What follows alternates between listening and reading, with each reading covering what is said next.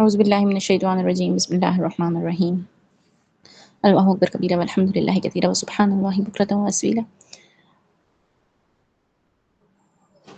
رب اشرح لی صدری ویسر لی امری واحلل عقدۃ من لسانی یفقهوا قولی ربی زدنی علما۔ بسم اللہ الرحمن الرحیم with the heart in mind, in Urdu version ہم پڑھ رہے ہیں، اردو میں پڑھ رہے ہیں ہم with the heart in mind. نبی پاک صلی اللہ علیہ وآلہ وسلم کی سیرت سے ایموشنل انٹیلیجنس اور مورل انٹیلیجنس کے بارے میں ہم نے پڑھا اب تک، ان کی زندگی کے سے ایسے واقعات جانے، ایسی احادیث دیکھیں جو ہمیں مورل انٹیلیجنس اور ایموشنل انٹیلیجنس یعنی کہ ہمیں جذباتی سرمایہ کاری کو سمجھنے میں مدد دیتی ہیں۔ آج چلتے ہیں ایمبیولنس اینڈ مورل آئیڈینٹی۔ اردو میں ہم اسے کہیں گے ابہام اور اخلاقی شناخت۔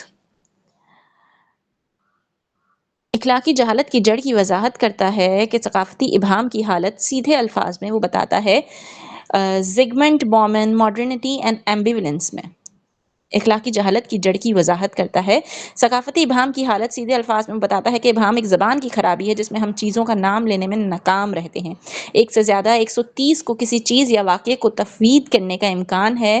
ایک چھوٹے بچے کو بارے میں سوچو جسے آپ بنیادی الفاظ سکھا رہے ہیں، زمرہ یہ بڑا ہے یا یہ چھوٹا ہے، بچے کو ایک ایسا لفظ سکھاتا ہے جسے مستقبل میں مختلف چیزوں کے درمیان درجہ بندی الگ کرنے یا فرق کرنے کے لیے استعمال کیا جا سکتا ہے۔ اسی طرح بیان یہ ایک جانور ہے، بچے کے دماغ کو ایک ذہنی کھانا فراہم کرتا ہے جس کے اندر دوسرے جانوروں کو رکھا جا سکتا ہے۔ بومن وضاحت کرتا ہے کہ جب ہم ابہام کا سامنا کرتے ہیں تو ہم فطری طور پر اور بجا طور پر پریشانی کا احساس محسوس کرتے ہیں۔ میرے اندازے کے مطابق اس کی وجہ یہ ہے کہ لوگ چیزوں کو صاف طور پر زمروں میں فٹ کرنا پسند کرتے ہیں۔ وہ ان چیزوں سے پریشان ہوتے ہیں جو سرمئی علاقوں میں آتی ہیں۔ قرآن کی ابتدا میں ہمیں آدم کی تخلیق اور ابتدائی تعلیم کے بارے میں بتایا گیا ہے۔ قرآن بیان کرتا ہے کہ آدم کو ہر چیز کے نام سکھائے گئے تھے۔ یہ دنیا کی درجہ بندی کرنے اور بعد میں اس دنیا سے سیکھنے کی انسانی صلاحیت کی طرف اشارہ کرتا ہے۔ جب بچے بہت چھوٹے ہوتے ہیں تو سب سے عام سوال یہ ہوتا ہے کہ وہ کیا ہے؟ ایک بنیادی ذخیرہ الفاظ بنانے کے بعد ہی بچہ یہ سوال پوچھ سکتے ہیں کیوں؟ یہ آیت اس بات کی طرف اشارہ کرتی ہے کہ بنی نوع انسان چیزوں کو جاننے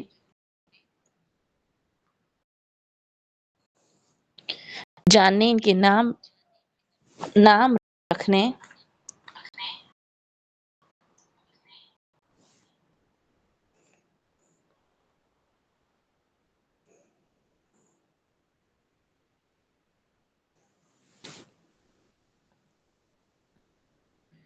اور اس طرح کی درجہ بندی کرنے کی صلاحیت رکھتا ہے، اور یہ انسانی علمی صلاحیت اور عقل کی کردار کی پہچان ہے۔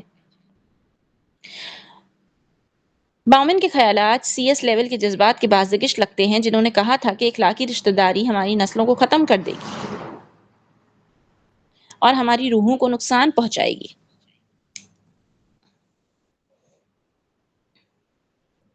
عقلی انسانی ذہن ترتیب کی طرف مائل ہوتا ہے اور افراتفری سے نفرت کرتا ہے۔ جب ہماری زبان معنی کھو بیٹھتی ہے اور افراتفری کی حالت میں داخل ہو جاتی ہے، جب ہم سب ایک جیسے الفاظ بول رہے ہوتے ہیں لیکن بالکل مختلف باتیں کہہ رہے ہوتے ہیں، جب ہم زبان کو اجازت دیتے ہیں وہ چیز جو ہمیں حیوان سے ممتاز کرتی ہے سبجیکٹو، ہم یقیناً انسان کے زوال کے قریب پہنچ چکے ہیں۔ ایک بچے کے لیے الفاظ کے معنی ہوتے ہیں لیکن روشن خیال ماں بعد جدید ذہن کے لیے الفاظ کا مطلب کچھ بھی نہیں، یا کچھ بھی یا سب کچھ۔ اخلاقی شناخت اور شرم ایک ہی سکے کے دو پہلو۔ اخلاقی شناخت اور شرم یعنی کہ moral identity and shame, two sides of the same coin. جب انسان کی عقل میں کوئی مورل آئیڈیا پرورش پاتا ہے، جنم لیتا ہے، پیدا ہوتا ہے اور انسان ناکام رہتا ہے اس آئیڈیا کو پورا کرنے میں، تو نیچرلی یعنی کہ قدرتی طور پہ اس کے اندر ایک سینس آف گلٹ پیدا ہو جاتا ہے، شرم پیدا ہو جاتی ہے، وہ کمپلیکس کا شکار ہو جاتا ہے۔ Mature and justified shame please an important positive role for the person who experiences it.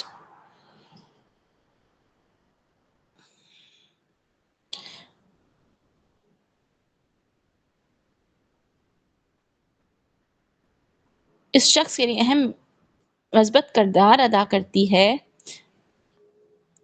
جو وسیع تر معاشرے کے اخلاقی دائرے میں مرکزی حیثیت رکھتا ہے۔ ایک روایت میں پیغمبر نے شرم کو اسلام کی واحد سب سے زیادہ شناخت کرنے والی خصوصیت کے طور پہ بیان کیا۔ ہر مذہب کی ایک امتیازی خصوصیت ہوتی ہے اور اسلام کے لیے وہ خصوصیت شرم کا احساس ہے۔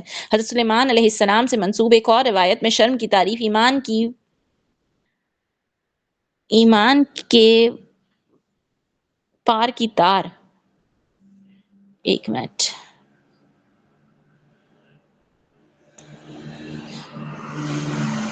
ایمان کے ہار کی تار ایمان کے ہار کی تار شرم کی تعریف حضرت سلیمان علیہ السلام سے منسوب ہے اور ایک روایت میں ہے کہ شرم کی تعریف ایمان کے ہار کی تار کے طور پہ کی گئی ہے۔ یہ بتاتی ہے کہ کسی شخص کی شرمندگی اس کی مذہبی شناخت کو تباہ کر دیتی ہے۔ اخلاقی ذہانت کی دائرے میں شرم کا مرکزی کردار براہ راست شناخت سے جڑا ہوا ہے۔ شرمندگی کا احساس تب شروع ہوتا ہے جب کسی کو یقین ہوتا ہے کہ وہ اپنے آئیڈیل کو پورا کرنے میں ناکام رہے۔ یہ ایک شخص کو مجبور کرتا ہے کہ وہ اپنی اخلاقی شناخت کا ازسرنو جائزہ لے، وہ اس اخلاقی آدرش کے ساتھ اپنے قربت پر نظر ثانی کرے اور یہ انہیں ان کے اخلاقی کردار کی کمزوریوں سے آگاہ کرتا ہے۔ رویے پر شرم کے طاقتور اصلاحی اثر نے یہاں تک کہ کچھ ماہرین تعلیم کو یہ تجویز کرنے میں مجبور کیا ہے کہ امریکی نظام انصاف کو قید کی بجائے شرم کو استعمال کرنا چاہیے۔ اسلام ایک ایسا مذہب ہے ہونے کے ناطے جس کا تعلق خدا کے شاعر کی ثقافت کی تشکیل سے ہے، شرم کو اس کی وضاحتی خصوصیت کے طور پر لیتا ہے۔ جیسا کہ نبی کریم صلی اللہ علیہ وسلم نے ہمیں بتایا، اگر تم میں سے شرم نہ ہو تو تم جو چاہو کرو۔ شرم اور ضرورت میں برنارڈ ویلمز کے مطابق شرم کا مسئلہ یہ ہے کہ یہ ایک بہت ہی سماجی جذبہ ہے اور اس طرح کسی کے ماحول میں بہت زیادہ انحصار کرتا ہے۔ تعریف کے مطابق شرم کسی شخص کو اس ماحول کے اصولوں کا شکار بنا سکتی ہے جس میں وہ رہتے ہیں۔ کیا یہ شرم کے ممکنہ فائدے کی نفی نہیں کرتا؟ فرقہ وارانہ گاہوں پر شرم کا انحصار بہت سے لوگوں کو یہ محسوس کرنے پہ مجبور کرتا ہے کہ یہ معاشرہ ہر پر اتنا زیادہ منحصر ہے کہ فرد کے اخلاقی دائرے میں اسے فوقیت دی جائے۔ لوگ اکثر ان چیزوں کے لیے شرمندہ ہوتے ہیں جن کے بارے میں انہیں شرم محسوس نہیں کرنی چاہیے، لیکن وہ اس معاشرے کے اخلاقی معیارات کی وجہ سے کرتے ہیں جس میں وہ رہتے ہیں۔ اقلیتیں، خواتین، معذور اور معمولی کم اجرت والے کارکن شرم کا ایک غیر ضروری احساس محسوس کرتے ہیں جو واضح طور پر اس ثقافت کے اخلاق کا نتیجہ ہے جس میں وہ رہتے ہیں۔ اس کے حامی دلیل یہ ہے کہ حقیقی اخلاقیات کو زیادہ خود مختار ہونا چاہیے جو ایک شخص کے اندر سے آتا ہے۔ اس سے پہلے کہ میں اس نظریے کو ڈی کنسٹرکٹ کروں، یہ جان لینا چاہیے کہ پیغمبرانہ اخلاقی ذہانت کے اندر شرم کی اسلامی تعریف پیچیدہ ہے اور 3 سطحوں پر مشتمل ہے۔ ماوردی نے اخلاقیات اور حکومت پر اپنی کلاسک تصنیف ادب میں وضاحت کی ہے کہ انسان کے اندر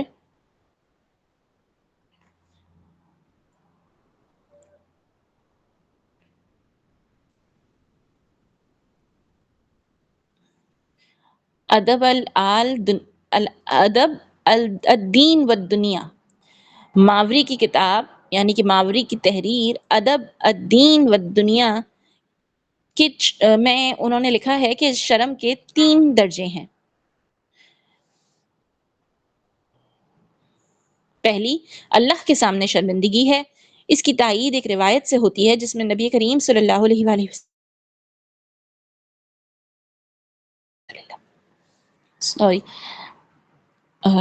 اس کی تائید ایک روایت سے ہوتی ہے جس میں نبی کریم صلی اللہ علیہ وآلہ وسلم نے صحابہ کو ترغیب دی کہ اللہ کے سامنے شرمندہ ہو جاؤ جیسا کہ اس کی عظمت کا مستحق ہے۔ صحابہ کرام نے ان کی مراد پوری طرح نہ سمجھ کر مزید وضاحت طلب کی تو نبی کریم صلی اللہ علیہ وآلہ وسلم نے وضاحت کی کہ یہ کہ آپ اپنے دماغ اور اس میں موجود چیزوں کی حفاظت کریں، آپ اپنے پیٹ کی حفاظت کریں، شعوری استعمال کریں کہ آپ دنیا میں ضرورت سے زیادہ کام چھوڑیں، اور یہ کہ آپ موت کو یاد رکھیں۔ شرم کا دوسرا درجہ سماجی شرم ہے یا لوگوں کے سامنے شرم، جیسا کہ ماوردی نے بیان کیا ہے کہ تیسرا درجہ اپنے نفس کی اندرونی شرمندگی ہے۔ شرم کی پہلی اور تیسری سطح کو ایک نقطہ نظر سے ماحول سے مکمل طور پر لاتعلق دیکھا جا سکتا ہے۔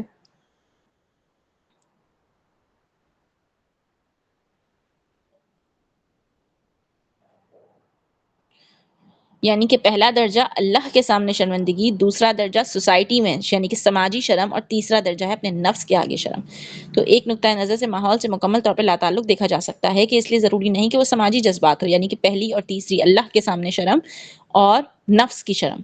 تو شرم کی سماجی قدر کی وضاحت کی گئی ہے اور جب شاعر نے اخلاقی شرم کی مثبت قدر کی اپنے دفاع میں دفاع کیا ہے۔ جب کسی کو ایسے لوگ تنقید کا نشانہ بناتے ہیں جن کی رائے کا احترام اور قدر کرتے ہیں، صرف یہ لوگ ہمیں شرمندہ کرنے کی طاقت رکھتے ہیں کیونکہ ہم اسی اخلاقی معیار پر متفق ہیں جسے ہم نے خود اختیار کیا ہے۔ ہمیں شرمندہ کرنے کے لیے جو طاقت ہم دوسروں کو دیتے ہیں وہ صرف ان معیارات کی عکاسی ہے جو ہم دوسروں کے ساتھ بانٹتے ہیں۔ اسی طرح ہم کچھ لوگوں کے اخلاقی نقطۂ نظر کو اس حد تک کم کر سکتے ہیں جہاں ہم ان کی تنقید سے بالکل متاثر نہیں ہوتے۔ یہ اخلاقی پختگی کی علامت سمجھا جاتا ہے۔ میں مسلمانوں کو عام طور پر شرم اور اخلاقیات کے بارے میں اس نقطۂ نظر کو اختیار کرنے سے خبردار کرتا ہوں کیونکہ حقیقت میں اخلاقی ضابطہ منمانی طور پر منتخب نہیں کیا جاتا ہے بلکہ یہ ہمیں اللہ کی طرف سے دیا گیا ہے اور نبی کریم صلی اللہ علیہ وسلم نے اس کی مثال دی ہے۔ خود مختاری صرف ہمارے اختیار میں ہے کہ ہم پیروی کریں یا نہ کریں۔ اخلاقی معیارات کے بارے میں آپ کے پاس واقعی کوئی انتخاب نہیں ہے، تاہم کلہون کا بالغ اخلاقی معیار کا ٹوٹنا اسلامی اخلاقی تعلیم میں ایک اہم کردار ادا کرتا ہے جس میں ہمیں غیر ضروری تنقید کے لیے موٹی جلد تیار کرنے کی ترغیب دی جاتی ہے۔ اسلامی حیثیت سے شرم کا تیسرا درجہ مکمل طور پر ذاتی نوعیت کی شرم پر مشتمل ہے۔ اخلاقی تعلیم اس چیز کو پیدا کرے گی کہ جسے قرآنی اصطلاح میں نفس اللوامہ اور یا خود تنقید کرنے والی روح کہا جاتا ہے۔ روحانی پختگی کے مختلف مراحل کے بارے میں قرآن سکھاتا ہے کہ ترقی کے 3 مراحل ہیں جن میں سب سے کم نفس الامارہ ہے یا نفس کا حکم جسے اللہ نے روح کے لیے اچھا سمجھا ہے۔ درمیانی درجہ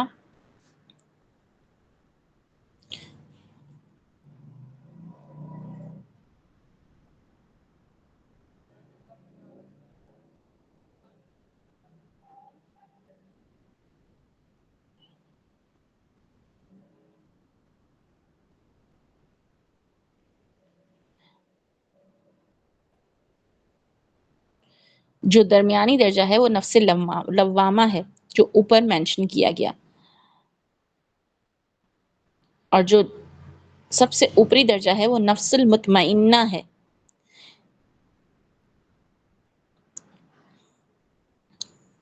جو کہ ایک روح ہے جو اللہ کے احکام کے ساتھ کامل ہم آہنگ ہے۔ وہ مسلمان جو اخلاقی طور پر تعلیم یافتہ ہے، جس کا اخلاق کی کمپاس درست ہو گیا ہے، وہ اس قسم کے نفس کو ترقی دے گا اور کسی بھی قسم کا خطا پر شرمندہ ہوگا، یہاں تک کہ مکمل طور پر تنہا ہو۔ یہ احساس دوسروں کے خیالات پر منحصر نہیں ہے کیونکہ وہ اس طرح کام کرتے ہیں جیسے کیلون اور دوسرے تنہا اخلاقی علمبردار کرتے ہیں۔ اخلاقی سرکیل آرکیٹائپ کو اس کی فعالیت کے لیے دوسروں پر شرم کے بظاہر فطری انحصار سے متعلق مذکورہ بالا مسئلے کے حل کے طور پہ متعارف کرایا گیا تھا۔ اخلاقی علمبردار وہ شخص ہے جو اخلاق کی سطح پر پہنچ گیا ہے جو اس کے معاشرے کی اخلاقیات سے بالاتر ہے۔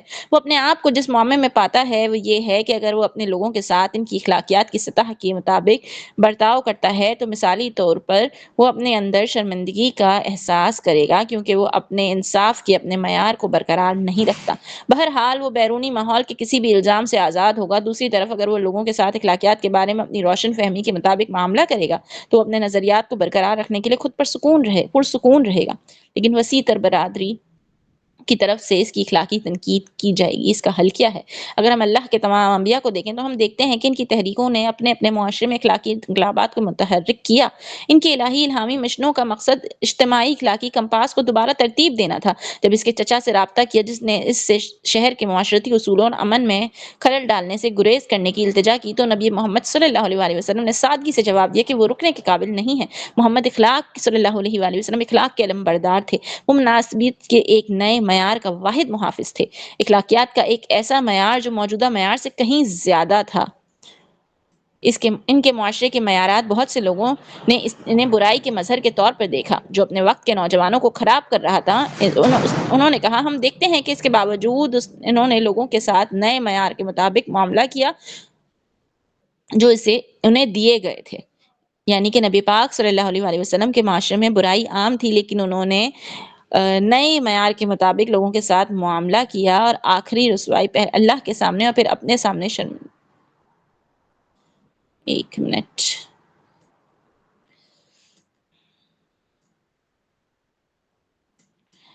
لوگوں نے انہیں غلط بھی کہا، کرپٹ بھی کہا، لیکن انہوں نے نئے معیار کے مطابق یعنی کہ اسلام کے معیار کے مطابق ڈیلنگز کی اور معاشرے میں کام کیا۔ ان کی الٹیمیٹ شرم یعنی کہ ان کے لیے شرم کا مقام یا شرم کا مطلب تھا کہ اللہ کے سامنے شرم یا پھر اپنے آگے اپنے نفس کی شرم، اپنے نفس کی شرم اور اللہ کے سامنے شرمندہ ہونا۔ It was not based on the people's opinion.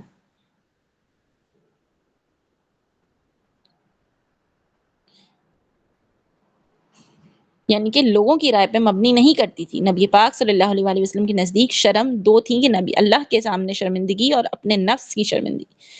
لوگوں کی باتیں ان کو متاثر نہیں کرتی تھیں، لوگوں کے آگے شرم سے وہ نہیں ڈرتے تھے۔ یہ ایک بہت ہی دلچسپ واقعہ ہے جو مختلف راویوں کے ذریعے ہم سے متعلق ہے۔ ہمیں خود رسول اللہ صلی اللہ علیہ وآلہ وسلم کی حساسیت کے بارے میں، بلکہ کسی ایسے شخص کے سامنے ہونے کے بارے میں، ان کے رد عمل کے بارے میں بتاتا ہے جس کے اندر بھی شدید شرمندگی تھی۔ حضرت عائشہ رضی اللہ تعالیٰ عنہ بیان کرتی ہیں کہ نبی کریم صلی اللہ علیہ وآلہ وسلم میرے گھر میں لیٹ کر آرام کر رہے تھے اور اپنی رانیں یا پنڈلیاں کھلی ہوئی تھیں۔ جب آپ صلی اللہ علیہ وآلہ وسلم اس حالت میں تھے تو ابو بکر صدیق رضی اللہ تعالیٰ عنہ دروازے پر آئے اور اندر جانے کی اجازت طلب کی۔ نبی کریم صلی اللہ علیہ وآلہ وسلم نے ان کو اجازت دے دی، پھر بھی وہ اسی حالت میں پڑے ہوئے تھے، اور انہوں نے تھوڑی دیر بعد حضرت عمر رضی اللہ تعالیٰ عنہ سے بات چیت شروع کی، دروازے پہ داخل ہونے کی اجازت بھی مانگی، اور آپ صلی اللہ علیہ وآلہ وسلم نے اپنی جگہ تبدیل نہیں کی۔ آخرکار عثمان رضی اللہ تعالیٰ عنہ اندر جانے کی اجازت چاہی۔ اس کے بعد آپ صلی اللہ علیہ وآلہ وسلم کھڑے ہو کر اپنے کپڑے سیدھے کیے اور پھر حضرت عثمان رضی اللہ تعالیٰ عنہ کو اندر جانے کی اجازت دی، اور آپ صلی اللہ علیہ وآلہ وسلم نے اپنے کپڑے کیوں بدلے؟ جب وہ دوسرے صحابہ داخل ہوئے تو انہوں نے ایسا ہی کیا جب حضرت عثمان رضی اللہ تعالیٰ عنہ نے جواب دیا کہ کیا مجھے اس شخص سے شرم نہیں کرنی چاہیے جس سے فرشتے بھی شرماتے ہیں؟ یہ روایت ہمیں شرمندگی کے دوسرے درجے پر لے جاتی ہے، یعنی سماجی شرم۔ مسلم کمیونٹی کے اندر اجتماعی اخلاقیات اور سماجی مایوسی کچھ کے لیے گھٹن کا احساس کر سکتی ہے، میرے دوست کی طرح جو اپنے کار پر لین ڈپارچر اور نوٹیفیکیشن فیچر کو بند کر دیتا ہے، کیونکہ یہ کتنا دخل اندازی ہو سکتا ہے۔ کچھ لوگ محسوس کرتے ہیں کہ مسلم کمیونٹی کے اندر اخلاقی حساسیت اور سخت ناپسندگی کا کوئی مثبت اخلاقی اثر نہیں ہے، لیکن سماجی مایوسی کی دخل اندازی اس کی مثبت نتائج کو کم نہیں کرتی۔ قدرتی طور پر شرم انسان کو دو بہت اہم عوامل پر سوال کرنے پر مجبور کرتی ہے۔ ہم کیوں شرم محسوس کرتے ہیں؟ جو ہمیں شرمندہ کرنے کا اختیار دیتے ہیں۔ ایک لمحے کے لیے میں ان سڑکوں کو دیکھنا چاہوں گا جن پر ہم گاڑی چلاتے ہیں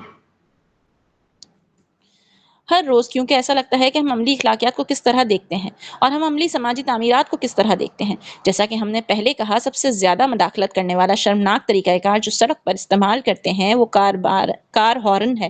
جب ہم سڑک کے آداب کی خلاف ورزی دیکھتے ہیں یا اس کا سامنا کرتے ہیں، یعنی طرز عمل کا مشترکہ معیار، تو اس رویے کو حل کرنے کا ہمارا پہلا ذریعہ کار کا ہارن ہے۔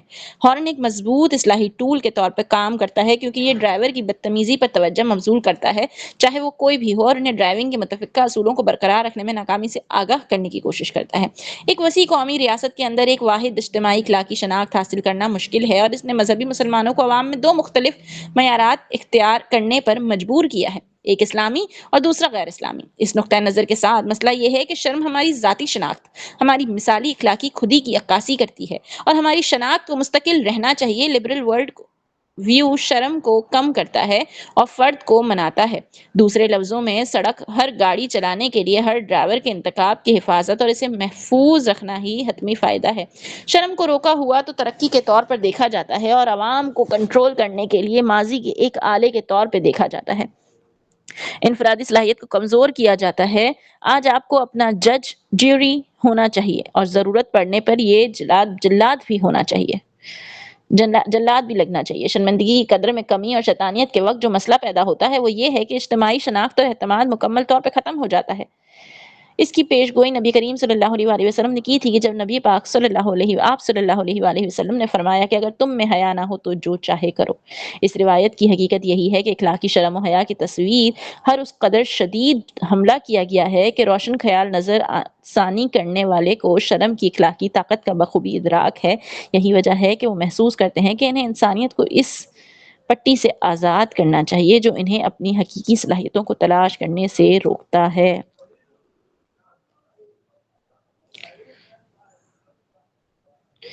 اگر ہم اخلاقی حساسیت کو صرف شناخت کے گرد گھومنے دیتے ہیں اور صرف ان لوگوں کو شرمندگی کی طاقت دیتے ہیں جن کے ساتھ ہم مشترکہ نظریات رکھتے ہیں، تو میں کمیونٹی کی مزید تقسیم کی پیش گوئی کرتا ہوں۔ یہ تقسیم مذہبی محفوظ جگہوں کی ترقی میں دیکھی جاتی ہے جہاں لوگ ایک حیثیت میں آ سکتے ہیں اور ان لوگوں کے پریشان کن سادہ لوحوں سے محفوظ محسوس کر سکتے ہیں جو پوری امت کو ایک ہی اخلاقی شناخت پر رکھتے ہیں۔ یہ جگہیں ان لوگوں کی خدمت کے لیے بنائی گئی ہیں جو محسوس کرتے ہیں کہ ان کی شناخت جنرل کے لیے بہت اہم ہے۔ کمیونٹی اور وہ لوگ جو محسوس کرتے ہیں کہ عام کمیونٹی کی طرف سے نہیں سمجھا جاتا، لیکن یہ محفوظ جگہیں بالآخر ایک دلچسپ سنگم پر پہنچ جائیں گی، جہاں وہ بھی اراکین کے درمیان ایک مشترکہ شناخت بنائیں گے اور وہ بھی جان بوجھ کر یا غیر ارادی طور پہ قابل برداشت ناقابل برداشت اقدامات پر متفق ہوں گے، جس کا نتیجہ قدرتی طور پہ اخلاقی شناخت سے متعلق شرمندگی کی صورت میں نکلتا ہے۔ وہ چیز جس سے وہ خود بھاگ رہے ہیں تھے، ان محفوظ مقامات کے انفرادی ممبران خود کو گروپ کی توسیع کے طور پہ دیکھنا شروع کر دیں گے، اور وہ بھی دوسرے ممبران کے سامنے شرمندہ ہوں گے کہ جن کے ساتھ وہ مشترکہ شناخت رکھتے ہیں۔ اب تک یہ واضح ہو جانا چاہیے کہ شناخت کو ہٹائے بغیر ہم شرم کو دور نہیں کر سکتے۔ مغربی ممالک اور غالباً بہت سے مسلم ممالک میں مسلمانوں کو جس مشکل کا سامنا کرنا پڑتا ہے وہ شرم کا دوہرا معیار ہے، جس پر انہیں تشریف لانا سیکھنا چاہیے، اور دو مختلف اخلاقی شناختوں کے درمیان مسلسل تبدیلی، اخلاقی ناپختگی یا اخلاقی تعلیم کی کمی، ایک شخص کو آسانی سے بلا جواز اور غیر ضروری شرمندگی کا شکار ہونے دیتی ہے۔ ہماری کمیونٹیز کے اندر اخلاقی تعلیم کو اپنے اقدار کو دوبارہ مرکوز کرنے پہ توجہ دینی چاہیے، اور کمیونٹی کے اراکین کو سکھانا چاہیے کہ تنقید کو کس قدر اہمیت دی جانی ہے جائے اور لوگوں کے مکمل طور پر دور کیے بغیر اخلاقی اصولوں کو کیسے برقرار رکھا جائے۔ لیکن سب سے اہم بات یہ ہے کہ اس اخلاقیات کے اجتماعی آئیڈیل کو برقرار رکھنے کی بھی کوشش کرنی چاہیے، کیونکہ یہی آئیڈیل ہماری اجتماعی اخلاقی شناخت کو تشکیل دیتا ہے، اور ہمیں ان لوگوں کے درمیان فرق کرنا چاہیے جو انسانی غلطی کی وجہ سے محض اس آئیڈیل کو پورا کرنے میں ناکام ہو رہے ہیں، ان لوگوں سے جو حقیقت میں جان بوجھ کر اس شناخت کو تبدیل کرنے کی کوشش کر رہے ہیں۔ شرم کی اسلامی سطحی تعمیر کو سمرقندی کے ایک قول میں خوبصورتی سے سمجھا گیا ہے کہ ہمارے ایک نیک پیشوا نے اپنے بیٹے سے کہا کہ جب تیرا شوق تجھے کسی بڑے گناہ کی طرف بلاتا ہے تو میں اپنی نگاہیں آسمان کی طرف رکھ اور آسمان والوں کے سامنے شرمندہ ہوتا جو تجھے دیکھ رہے ہیں، اور اگر اس سے آپ کے اندر شرمندگی کا احساس پیدا نہیں ہوتا تو اپنی نظریں اس زمین پر اپنے ارد گرد موجود لوگوں کی طرف رکھیں اور زمین پر آپ کو دیکھنے والوں کے سامنے شرم محسوس کریں۔ اگر تم ان دونوں سطحوں پر شرم محسوس نہیں کرتے تو اپنے آپ کو درندوں میں سے سمجھو۔ تو ہم ایک ایسی کمیونٹی کیسے بنائیں جو لوگوں کا دم گھٹنے نہ پائے؟ مثال سے تجاوز کرنا یا پھسل جانا۔ مجھے یقین ہے کہ جذباتی ذہانت کے فریم ورک کا میں نے خاکہ پیش کیا ہے وہ ذریعہ ہے جس کے ذریعے ہم دوسروں میں اس اخلاقی اصول کو فروغ دیتے ہیں۔ مورل انٹیلیجنس کا ٹاپک یہاں ختم ہوا۔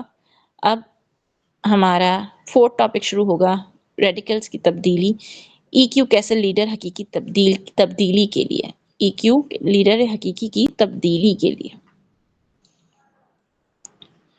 تو مورل انٹیلیجنس سے ہم نے بہت کچھ سیکھا، اور انشاءاللہ آپ کو اس کے پوائنٹس بھی کامنٹ سیکشن میں مل جائیں گے۔ تو نیکسٹ ٹاپک ہمارا ہوگا radical change and how E Q leads to real transformation. آج کے لیے اتنا ہی۔ سبحانک اللہم و بحمدک، نشہد ان لا الہ الا انت، نستغفرک و نتوب الیک۔